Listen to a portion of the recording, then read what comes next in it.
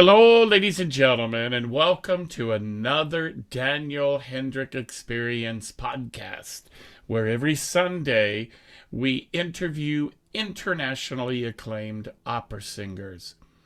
For those of you who are here for the first time, I would just encourage you to like the podcast and also to help keep the lights on and keep everything running.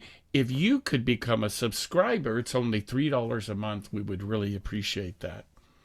Well, today, my friends, we have a very special guest, as we always do.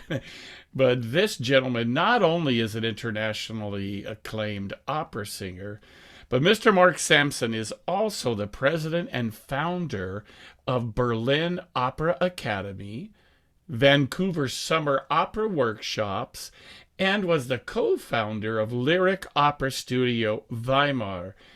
Mark Sampson enjoys a successful career as both an active bass in the international opera scene and in directing singing academies.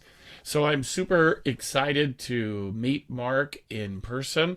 He was recommended to me by our very first guest, John Kais, and John said, "You've got to meet this guy because he's helping so many young singers to establish international careers." So, ladies and gentlemen, let's bring in the very special Mark Sampson. I am so impressed. You have an awesome voice. You have a fantastic instrument, and I loved the your compositions as well.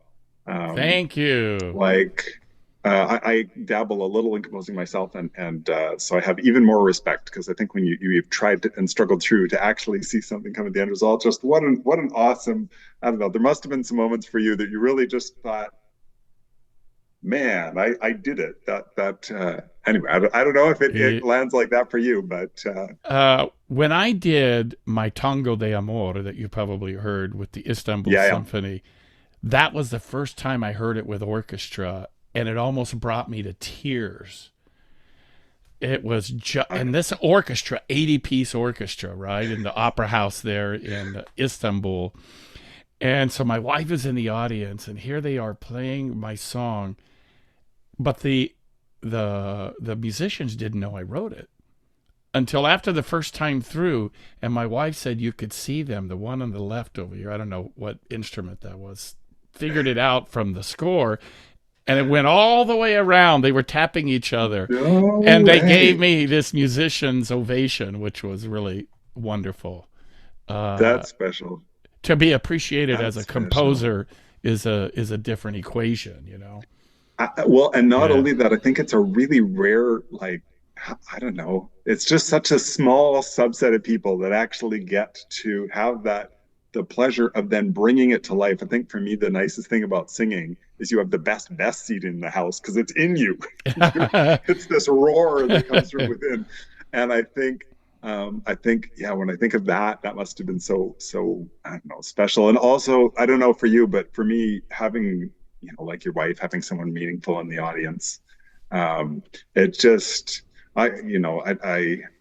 Yeah. I maybe march to the beat of the different drum. I don't really care so much. I appreciate that there is an audience. I appreciate that they, give us the ability to do this thing. But, there's usually just a few people that are really, like, really singing it for this person and care. And that Wonderful. must have been special. Must have been really special. Yeah, that was really the best moment of my career, was being able to perform that. Cool. Hmm. All the way from Europe, we are here live with my Canadian brother, Mr. Mark Sampson. Brother, welcome. Glad you're here. Dankeschön. Pleasure. Bitte sehr. Really a pleasure to be here, following in the footsteps of much greater talents than myself. It's such an honor to get to hear them and chat with you. And yeah, and to plug the intro, if anyone hasn't heard the other podcasts, go listen to the other stuff. It's so good. I really enjoyed your interviews and getting to hear people speak candidly about their experience. So it's a pleasure also to be able to join and add my 2 cents, and hopefully Thank somebody you. finds some value in what I have to say. I pretty much can guarantee that because I'm sure you notice that I like to talk to singers about the little subtleties of their technique or what they do that maybe isn't talked about in general public and why they do what they do and how does that work. and then also the emotional and psychological side about the shit that singers have to go through to be able to be on those international stages, you know. And Yeah. that was one of the reasons it was exciting to talk with you, because of your experience teaching youngsters and with these schools that you're teaching. But before we get into that, can you kind of just give us a brief history about you? And you're not only heading all of these schools, but you're also an international base yourself. Yeah, life's been very, very, very kind, and I'll never forget to be grateful. Um, the brief story of Mark. Well, I think uh, if anyone was looking from outside, they would have known from the get-go that music was the way. And for some reason, it just didn't come clear to me because there's not a single person in my family that has the slightest musical tendency. I mean, that's not strictly true. I think there's like one uncle who once played in a band. Like really, it's not a musical family generally. And it was just as a 5-year old, apparently, I don't remember this, but my mom tells me I used to wake them up, my parents up really early on Sundays so we could go early to the church so I could sit next to the organist and watch. And that was just, I just wanted to be there. And um, when there, I finally got to audition for the church choir. That was exciting, and I didn't care about any single other thing that's where I wanted to be, was singing. And just it was just such a pleasure to have music around me.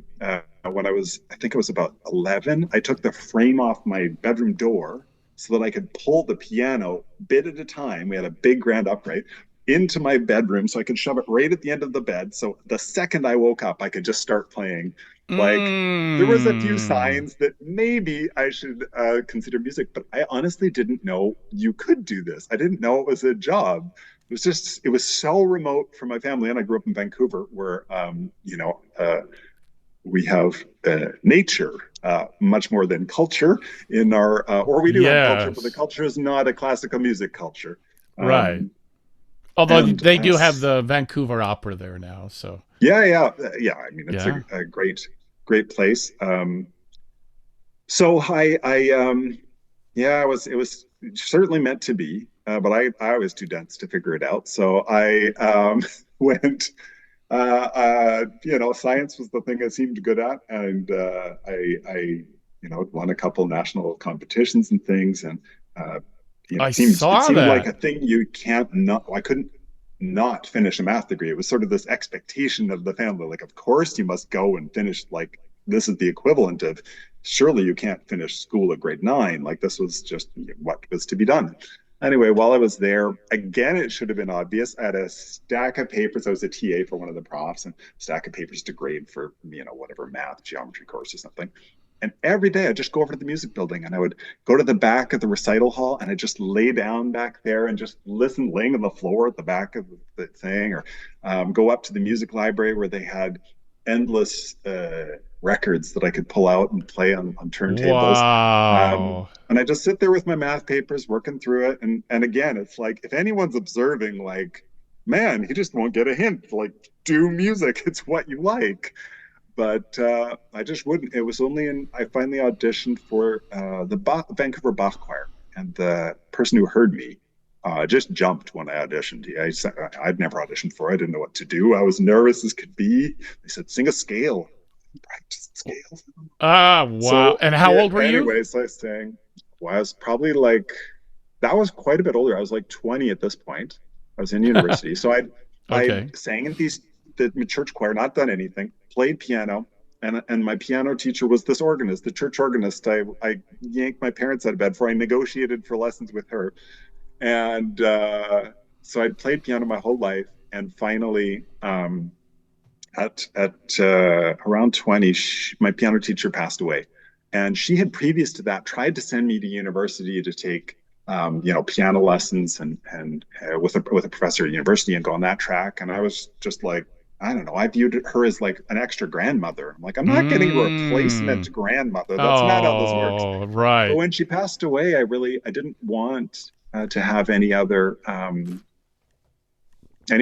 teachers in my life. The thing I wanted to have was just her, and so it was time to do a different direction. And that's where my mom thought, I'll go audition for a choir. And anyway, I sang. The guy yanked me over to right away, said, you need to sing for someone. Come with me. Went to UBC, and Gary Relier was my first teacher, if the name's familiar. Mm-hmm. His son, John, is continuing to have a great rolling career. And anyway, so dragged me to him, and he said, you can have a career.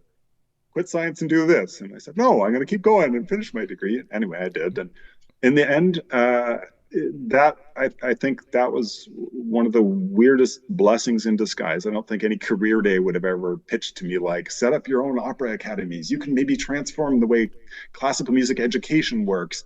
For this, you'll need a few Excellent. things: a sense of business, a good understanding of math, so you can manage budgets and make great Yes. decisions, and then you're going to need to know how to actually sing and play some instruments. And so, anyway, so along the path, I played French horn in the high school band or something, clarinet in grade 8. I picked up a violin because Beethoven played the piano and the violin, so if he did it, I should do it. So I bought myself a violin when I was like So 16. I don't know. you had a very romantic view of all of this, the musical thing, as did I growing up as Oh, well. really? Yeah, I fell in love with What was Mario. yours? Mine was Oh, I fell in, yeah. when Oh, I was 15. I heard Mario Lanza, and that, as you'll read about yeah. in my book, I'll send you a copy. That, and I'm understating it, that changed my life, that moment. And I felt like I was hearing the voice of God. And like you, I was a freak and I did all of these crazy things and I couldn't get enough of it. But not only were you in love with music, but you were in love with math, and you even won first place in a physics competition. So Yeah, yeah, you that had was you had humbling. both sides of your brain. You had bilateral function of your brain happening here. It was working out. I love that Mary Alonso was that to me also. Yeah, Oh the my first time I heard God. him, be My my love. love. Oh, just and I love the stories of him where he would like purposely take longer on sets and run things extra so that all the extras would, We'll get a get decent paid. pay. And yeah, a really cool guy. Yeah, that, and my uncle gave me a CD of Pavarotti when I was, I think, 13. And that was Pa- also game changing. That was yeah. just like Pavarotti. Who is that? he's this guy. You'll hear about him from time to time if you go through Italy. Oh, he's Yeah, Italian. no, Italian guy. he's Okay. Italian, indeed, yeah, yeah. No, yeah, those were the real just life's Im- different. And actually, to one of your previous guests, also Ben Hepner, because he went to UBC, and I remember actually to this is one of these things that I think is it was another pivotal moment, one of these mix of math and music, where there was a sense of logic missing in most singers that were at this school. Ben Hepner was coming to town doing a recital, and he welcomed everybody at UBC to come and attend his prep the day before with the pianist Rena Sharon. And so anyone who wanted to attend was welcome. I was studying math. I wasn't studying music. I and one other tenor were the only people who thought that's a valuable experience. I should really go check this out. Literally, everybody else is, buying tickets. The thing's sold out. He's beloved in Vancouver, an incredible voice. This is certainly at in the range of his like real prime, and I mean, he's still got an amazing voice, and but yeah, and this was one of these things where I just sat confused, and I'm like, who are you waiting for? I mean, Pavarotti's not going to do this. Ben Hepner is our like Canadian hero. Went to this exactly. place, as he said on his the Order of Canada, being he really is a person we looked up to, and he coincidentally he grew up in Dawson Creek, which is a family from there, tiny town north of BC. Wow. I was up there a bunch, and what it was such a weird thing to see what are people doing, and I remember sitting in the halls. As I said, I'd be there marking all the time. I made friends, and they'd all say, "Oh, I'm so busy. I have this Schubert paper I have to write, and whatever." And I'm like, "I don't know what you're doing, but something is wrong. Your teachers have got it wrong. The only thing you need to be doing is voice lessons, and go listen to people like this when they're coming to town to tell you." tell you Yes. what's what. This is a rare opportunity. So anyway, so that was my start, was getting to see some Interesting. really special people like this, and also being confused, being regularly confused as to why is everyone doing this? Why is everyone in class piano? Why is there this class called what was it? Like listening requirements or something, and they had to listen to classical music. Like, I'm sitting up in the library for fun, just give me the next one. And if you're not doing this, don't do this career. You said earlier, it's a hard psychological journey. It is. Do it because you must, Yeah. do it because you can't not. Don't do it because, like, well, I went to class and they said I probably should.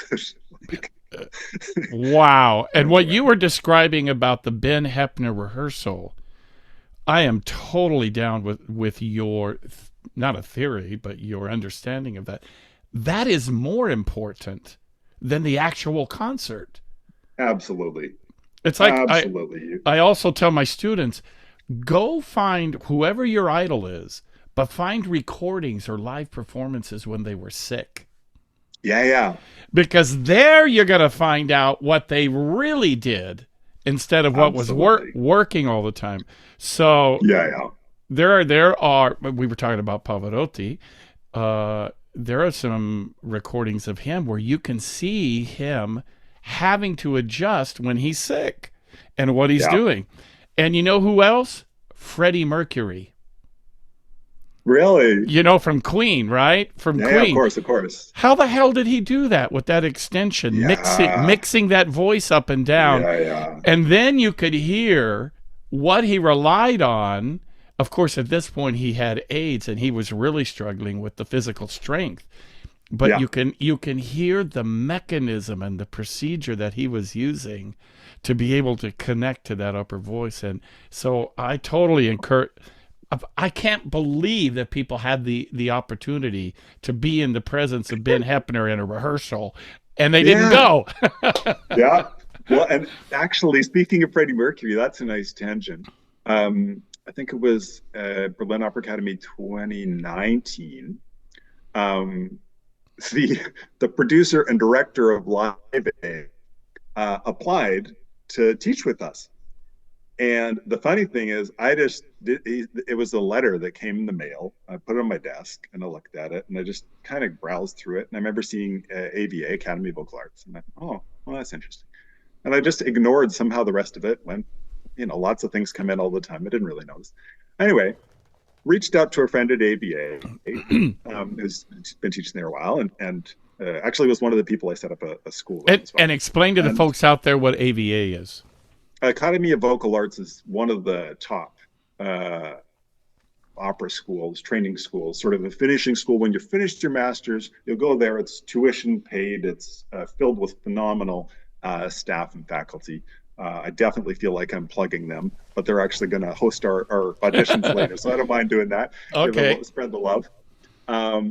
But yeah, no, great place to be, and so I reached out. It's quite a thing to have taught there, and so I was interested. Sometimes people exaggerate the resumes, so I wanted to just see, is To this think. a little more accurate?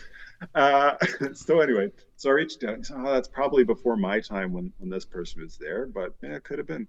Anyway, I go back and I read the letter, and then I saw this director and producer of Live Aid.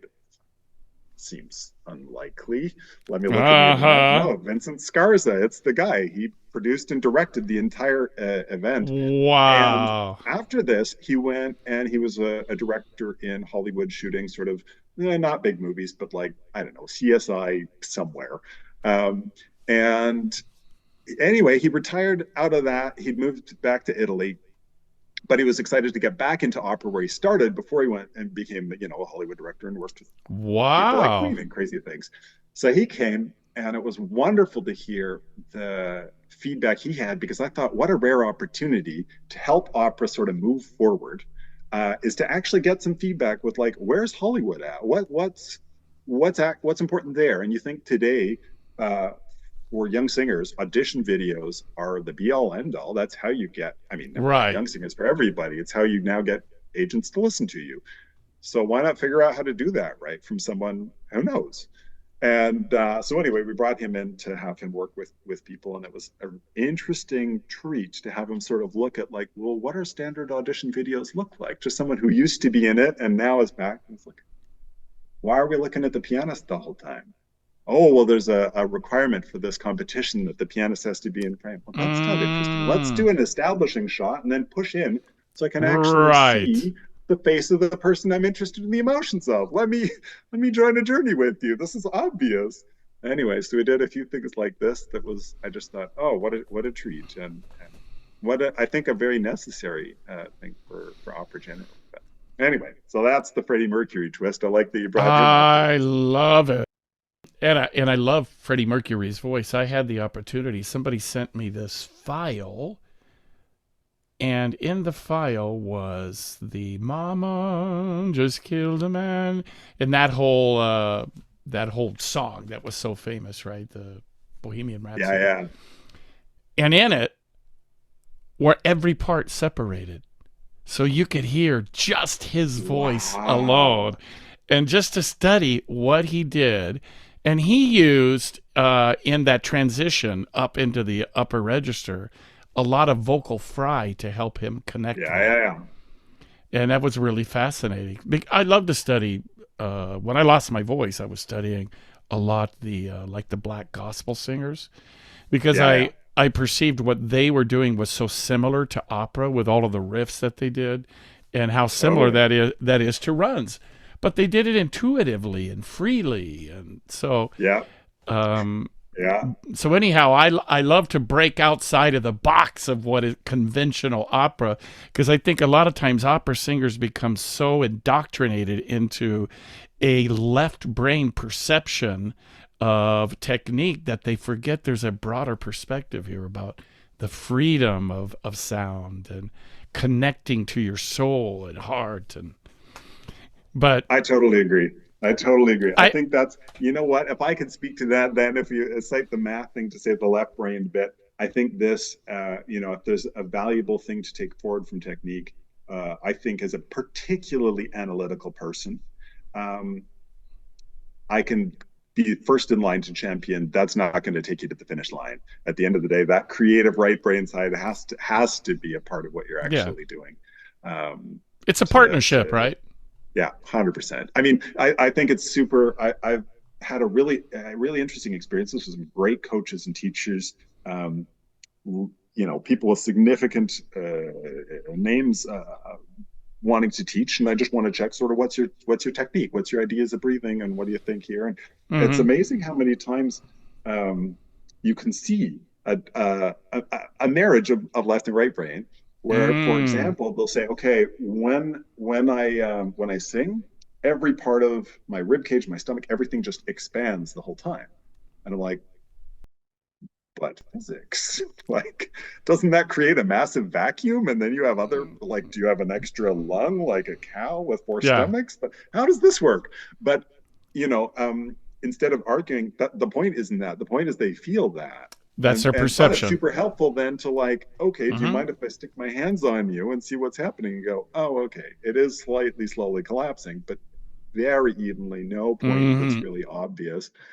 Mm-hmm. But that idea of, like, I have a fundamental concrete idea of what I'm going to do, and I'm going to practice this in a sort of structured way. But at the end of the day, you also need creativity to talk about what's happening, and being strictly anatomical, yeah, is not the thread that ties all the great singers together. It's not that they all had perfect left-brained understandings of what they were Mm-hmm. doing. Mm-hmm. Um, yeah, as any listen through a series of master classes will show. Exactly. And there's an intuitive sense that, in my experience, that the really great singers have had watching them. Like one of my mentors and teachers, I'm sure you heard me talk about, was DeStefano, and Yeah, yeah, he showed me his rib cage, which was yeah, massive with what he was doing. yeah. But I believe, and you can tell me what you think about it because you're the frickin' math genius here, not me, that there is a higher intelligence on the right brain. And there is information there. I'll give you an example that I've had so many singers come, opera singers, pop singers, whatever. I can't sing the high note. They'll tell me. Can't get the high note. Yeah. And I'm like, Okay. not only can you do that high note, but you're going to do that high note within 5 minutes. And they're Yeah. like, no, that's not possible. And I said, but you have to be courageous. And you Yes. have to be, because why? They're looking at it from a left brain perspective and technique, which of course Yeah. you have to do. That's the start, right? You have to be 100%. able to analyze. Yeah. And I'll say something to the virtually this premise. Do you remember when you were 4 years old on a playground and you heard a fire truck go by? Sure. Yeah. Yeah. Sure. What did that fire truck sound like?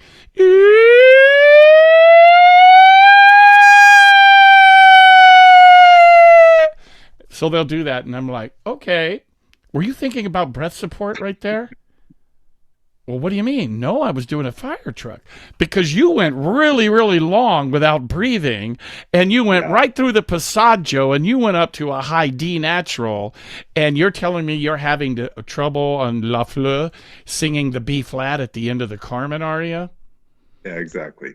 And so then we sing that B flat in the end of the Carmen aria as a fire truck instead of as an opera singer. And then guess what happens? You tap into a different intelligence, Totally. and then you use your left brain to frickin' analyze the shit out of that. Yeah. Exactly. Remembering What do you what's think? going on, how to apply it later. You know what? I've been through the same experience loads of time. Absolutely. As soon as you said the fire truck, I'm like, there it is, the siren. It's amazing how when you get out of your own way, there's so many things that just work. But yeah, and then let's put it back together. I like also what you said, a higher intelligence. It is something, it's not, there is a way to get there. And yeah, it's a, if it didn't require higher intelligence, everybody could do it.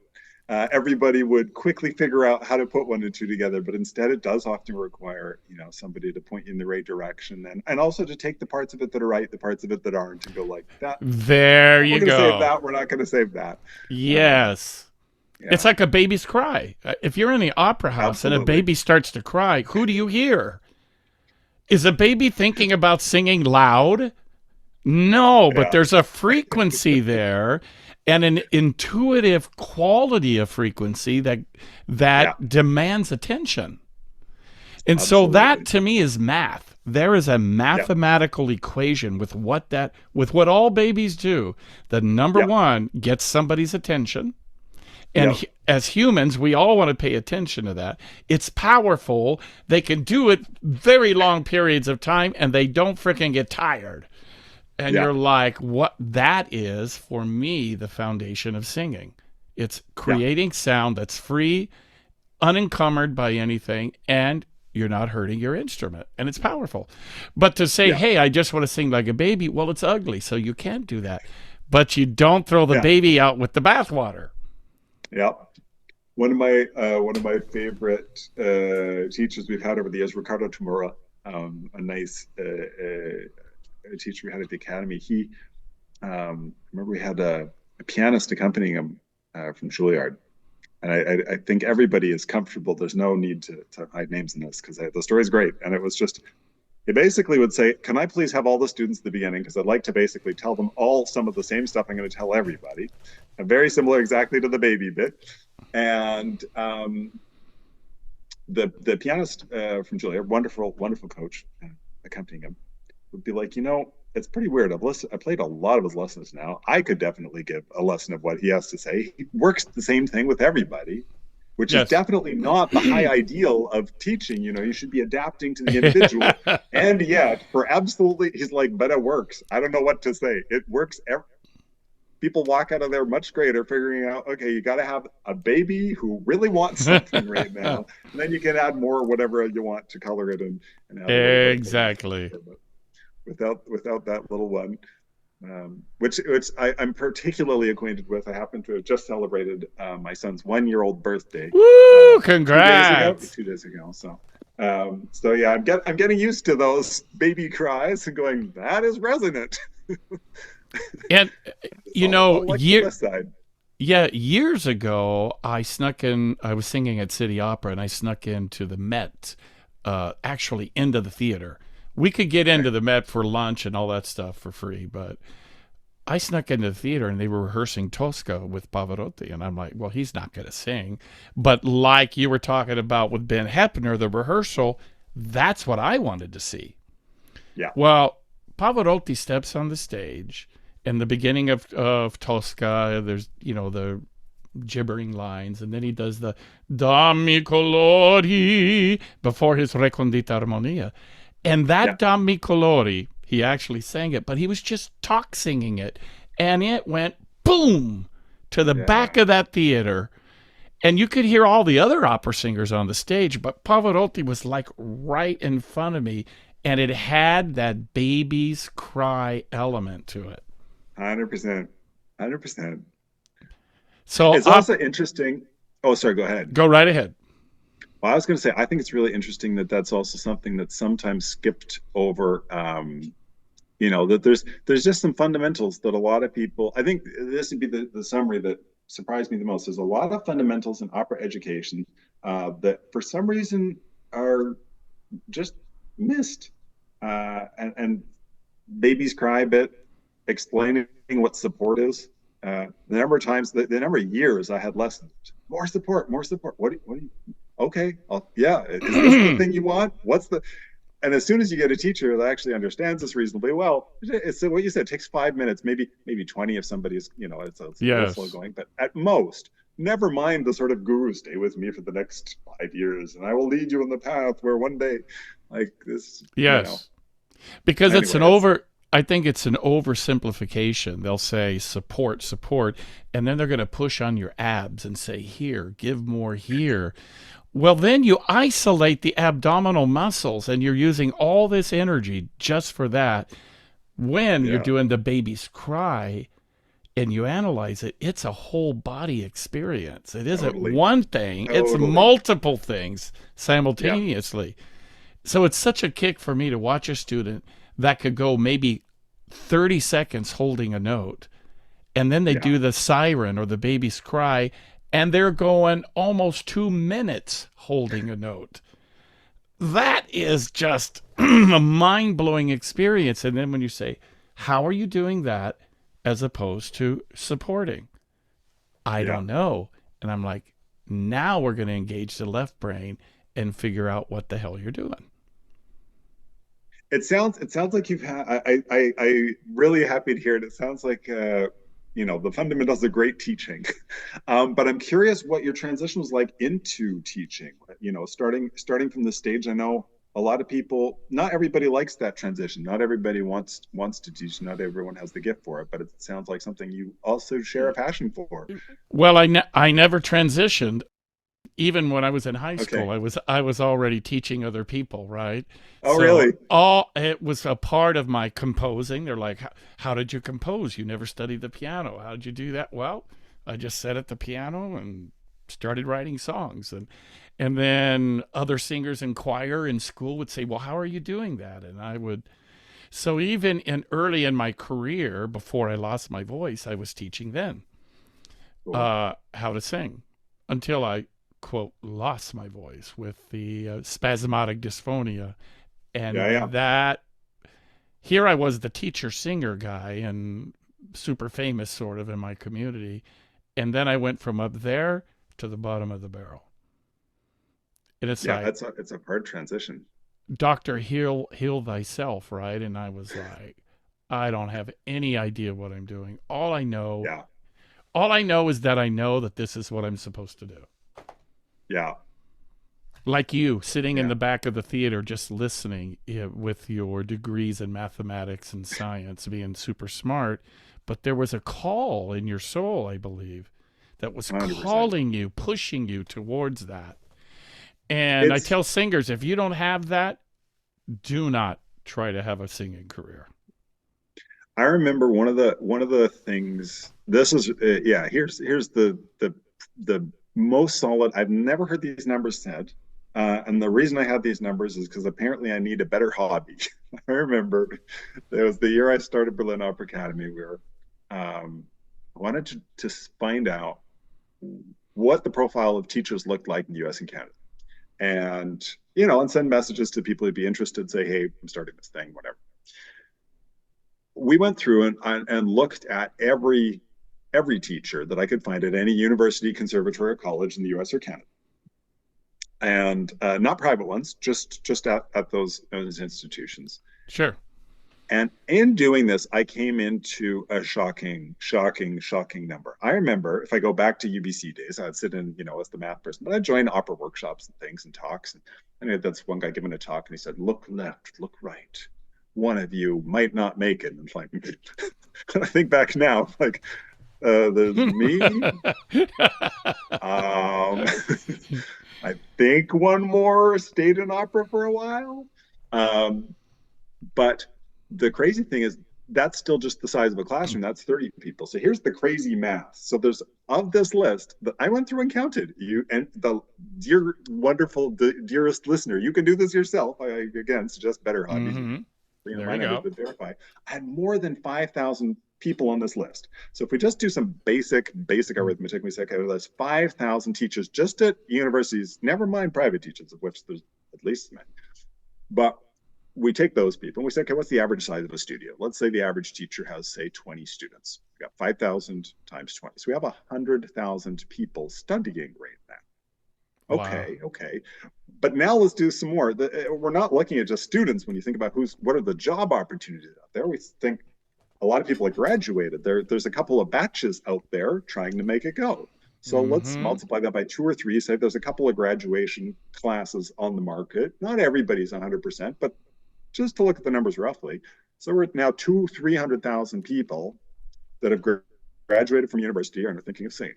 Now let's add in those private teachers and their students, and okay, we're getting closer to 500,000. And now let's look at the other side of the coin. What are the job opportunities? Well, thanks to Opera Yes. Base, you can actually look at how many performances there are in a year. 1,800 performances in the Mm-hmm. United States, Canada, and all the rest of North America. 1,800. But that's not how many jobs there are. So let's divide it by the average run in North America, which say the average show has 4 to 6 shows. Not obviously not at the Met and the Big House, but on Right. average. Right. So okay, so we take our 1,800 divided by 4 or 6, and we're at 300 or 450 performances in that range. But of course, now we have the next problem for these poor almost 500,000 folks. How many of those 400-ish opera houses are hiring new people, and how many are just it's the same cycle of singers Recirculating. working at different Mm-hmm. houses, which that's how you make a career. So there's not even the 400 opportunities. Maybe 20% of them are hiring somebody new. So great, now you're down to like 80, 60 Mm-hmm. um, for 500,000 people. This is not a lot of job. This is a lottery ticket. And the thing for anybody listening that has had the privilege of singing on stage in any professional capacity, like appreciate that. Like I don't think because I never heard any of these numbers, I didn't realize what a wild treat it is. How many people go down this path thinking maybe and not having the opportunity to do that. And it was also the reason why when I stumbled to Germany, the numbers there are wildly different. Instead of 1,800 performances, there's 9,000 performances in Yes. Right. countries. Instead of 5,000 teachers, there's 3,000 to 4,000 students because they have these exclusive tuition paid Mm-hmm. schools. So it's a totally different market where you actually do have a chance to succeed. And then the lottery ticket's a lot better. You're not hoping for a tiny role at Barbarina and in a house. You might actually have the opportunity to get the Anfängervertrag, the beginner contract, where you can sing lead roles for 2 years. Right. And so that was the big Germany thing where it was like, wow, okay. Now that I've looked at the numbers, I think I'd like to help people get here and to stick around. But it also gave me such a deal of respect. And to tie it back, exactly what you said: if don't do this because you think you might want to do it because you can't not do it because your soul calls you to it. And what was Yes. interesting for me, to be honest, to your statement, absolutely, there's something, I just can't live without music. It's Yes. just essential. Um, but I wouldn't say I ever had a calling to perform. With piano, I was wildly shy. With composing, Mm-hmm. I apologize to a girlfriend long ago. She once criticized a composition, and I'm like, "That's it. I can't do this anymore." No, um, I it was so sensitive and so personal. I just couldn't perform. And on singing, it was kind of the opposite. I was like, well, I'm being hired for the level I'm clearly competent for, so what's to worry about? They clearly would like to pay for what I am. I had no stage fright whatsoever, almost to a point where it's like, well, this is maybe not what I should be doing because there's not that edge of Amazing. excitement. Instead, Mm.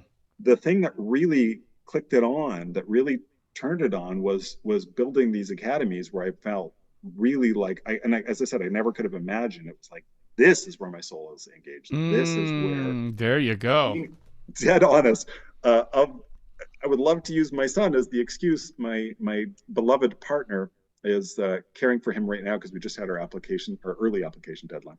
And I love it so much. I've just slept 4 hours a night for the last 4 nights so that I can go through casting with the team, and I just love it. You can't make me stop this.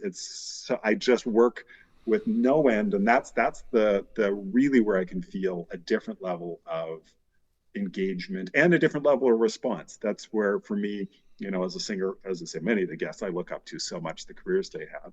I didn't sing in the biggest houses, Mm-hmm. but those biggest houses are now in touch. Every lead school out there has reached out in different capacities, saying we'd like to partner with you. We'd like you to become our summer thing for just us. And thank you Wow. very much, Can but you, no, I don't want to. yeah, can you tell us about your Berlin Opera Academy that you Sure. started? What's that all about?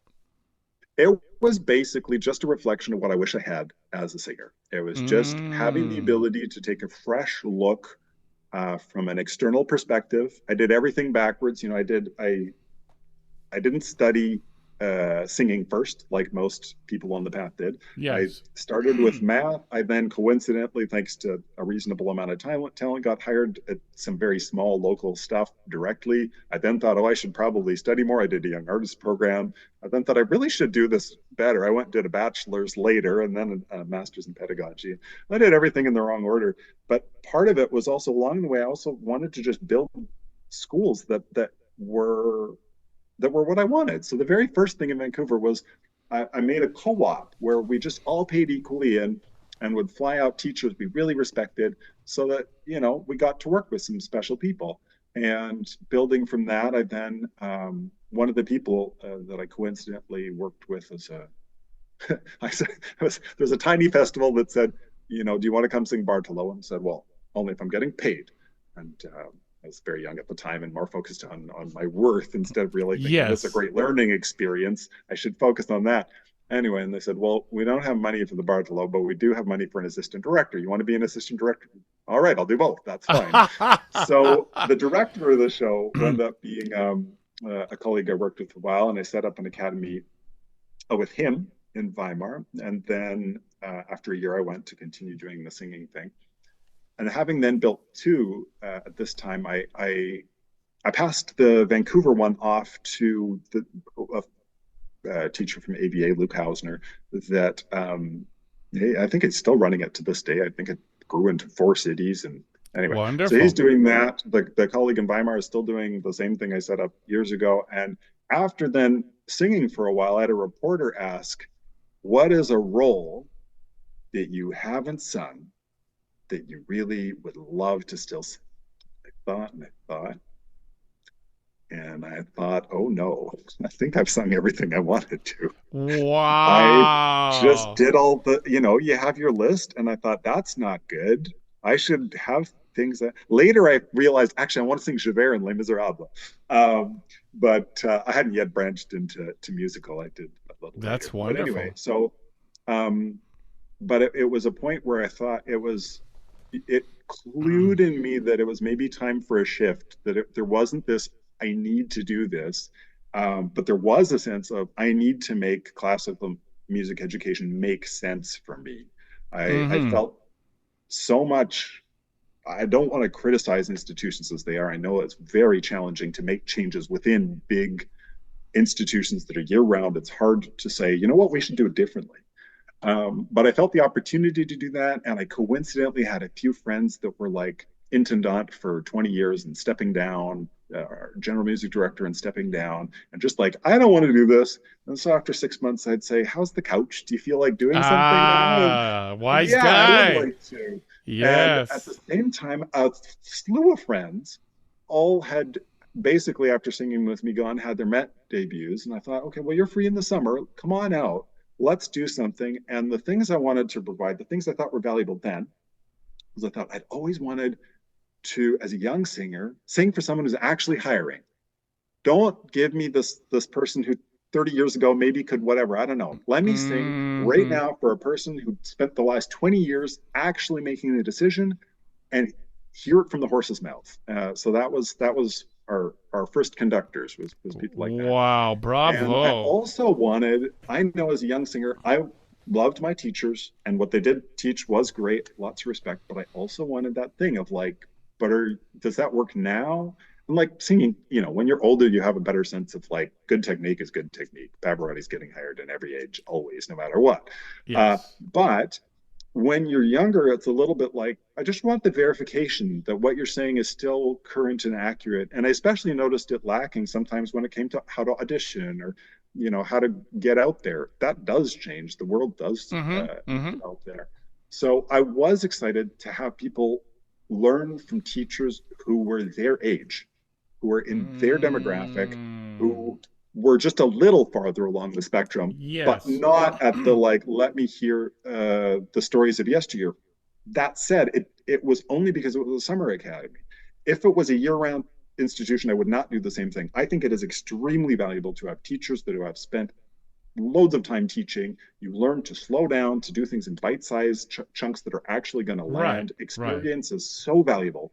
Yes. But for a 1 month burst of give me some info, oh my gosh, please Yeah. just get me people who are on the big stages. So the luxury of Yes. Berlin having Komische Oper, Staatsoper, Deutsche Oper Berlin all next door Right and there. friends at all of them be like, come Yes. on over and show these people stuff. And the difference from how much they paid attention. I remember we had Etienne Dupuis one time, and his wife, Nicole Carr, also amazing career. The two of them are privileged to know as friends or acquaintances, and they were teaching. She was actually in the hall holding the kids, and the students didn't even recognize like, oh, this is quite a big star you're passing by. But anyway, Etienne had sung Posa in Don Carlo at Deutsche Oper Berlin the night before, and they'd all gone and seen him, and oh my gosh, were they hanging on his every word. And it was things like that I thought, okay, this is a neat tool to get a different kind of have the message land. So that's where it started, was just trying to provide those things, which I felt people needed. I think now it's changed a little. Um, I think that the shift for me basically turned from the crazy, I don't know what, I mean, maybe it's working hard, getting lucky, being in Berlin with so many great houses. I don't know what it was. For Mm-hmm. whatever Mm-hmm. reason, the academy was wildly successful. And within our first, in our entering our third year, we had more applications according to Yap Tracker than Maryland and Academy of the West, which I look up to. They're amazing places. Yes. We're not in the same, league of being able to have full support for all participants and things. These are things we aspire to, and we're working Sure. to find sponsors, and but they're great places. And it was like, well, okay, we've done something right. There's something right to the mix that people are really Amazing. responding to for us to move like this. And then there came a sense of responsibility of going, okay, wait a second, we're getting great singers. Lots of really good people, and I mean that from my math side. I have to validate the statement, not just my feeling. We had agents, the chorus agent we'd have them sing for would give his card to a third to a half of the singers, saying, "I can get work for you. You just got to speak German. I'll call you in 6 months if you understand what I'm saying on the phone. You got a job." The solo agents picked up a number of people, and we just did a thing on an ad series on Instagram and Facebook, highlighting just some of the alumni who are all at, pick your big house. They're singing at great places. And I realized, okay, wait a second. I built this thing because I wanted education to be different. it seems to be working. And in particular, a bunch of people are now going on stage. I have a chance to actually shape the future of opera, as cliche as that Wow. sounds. It's It's like a not. lot of people are actually going and doing the thing. So what do I want opera to look like? As I'm at the just that special point where they're as old enough and able enough to be disciplined to really like pick up gems and take them off, and still young enough to be flexible that they really want to learn and they're really curious. And it's about the last point of this, the highest level of talent, and the before they hit the I know what I'm doing, Mm-hmm. leave me alone. Yes. um which is the, there's reasons for that too. Yes. But Different so stages. this felt like exactly. So this felt like there's a spot here where I can actually shape opera. What do I want to shape it? So actually, I'd love to turn it. I'd love to see what your answer to this is, if I may. What if you had the ability to just say, okay, this is one thing I just need to be better in opera. I want it to improve in the following way or shift. What would you wish for a graduating class of young singers to go out and do differently? Acting. They I got to love make your it. They answer. got to make it more entertaining, right? Instead of just standing there and Yeah. relying. I want the great voices still. It Yeah, drives me yeah, crazy that some places are using microphones, right? It's not absolutely. Broadway. No. I love Broadway. I'd love to sing on Broadway stuff, but no, have the great instruments, but actually Yeah, tell a story. yeah. Be compelling with the visual presentation, you know? Well, I have to say, you're a lot. I wish I had your alacrity. The speed with which you arrived at that was not mine. It was only slowly thinking. I was like, what do I need to improve in acting? 100%. That was Hmm. where I landed when I thought, what You does know, opera need to go? Yeah, yeah, go years ahead. ago, early in my career, I was when San Diego Opera had an apprentice program with Tito Capobianco. I was in the very last school, and I was the youngest one. And I had the opportunity to work with Lee Strasberg, who Oh, wow. was like the teacher of so many great actors, right? And his big thing was make it real. Don't act, feel. Yeah, And a yeah, lot of times there is this kind of blocked look of opera singers, and they're so, my voice is so great that all I have to do is sing. And I'm like, well, you better be frickin' Pavarotti then, yeah, yeah. if you have that attitude. But even then, Absolutely, and this is what I loved about Placido Domingo so much, is that he embraced totally. the totality of musicianship, acting, drama, the whole package. And I think in general, for me, I would like to see in that sense embrace Broadway a little bit in the sense Absolutely, of the acting part of it and the staging part of it too. absolutely. Yeah, yeah. So Oh man, you said so many things there that I really love. I feel 100% that's exactly it.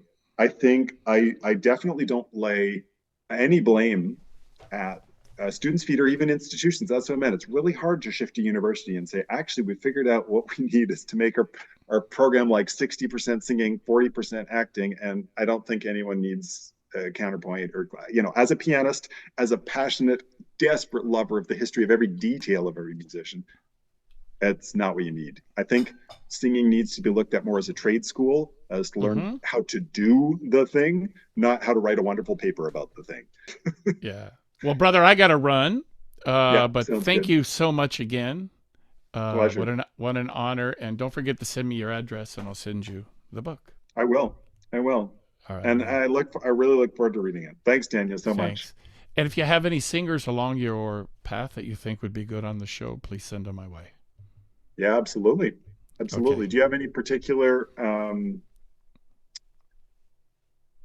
things like just to get, so I can give the right people? What is your just Yeah. exciting, engaging storytellers or people on Yeah, the spiritual anything. Usually, if anything? they've had troubles It's more and now exciting. they're successful, right? But I Okay. mean, I've had a lot of men, so I'm trying to get more women now. Sure. I just had Leah Hawkins on. I don't know if you know her, but she's starring in the X at the Met right now, The Life of Malcolm Cool. X. And Yeah, I have a really good singer for you. I'll reach out and okay, see. I think wonderful. good So story. All anyhow, right, Daniel. all right, brother. God bless. Thanks again. Ciao. Take a breath